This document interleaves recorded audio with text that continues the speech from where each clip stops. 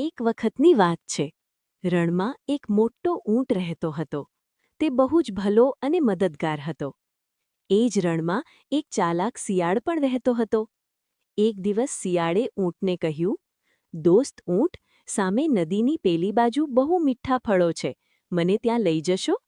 ઊંટે કહ્યું, "હા ભાઈ, બેસી જા મારી પીઠ પર."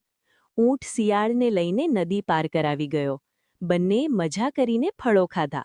પણ ખાઈ લીધા પછી શિયાળે અચાનક જોરથી ચીસો પાડવા માંડી. ઊંટ બોલ્યો, "અરે, શા માટે ચીસો પાડે છે?" શિયાળ હસીને બોલ્યો, "મને ખાઈને ગાવાની આદત છે."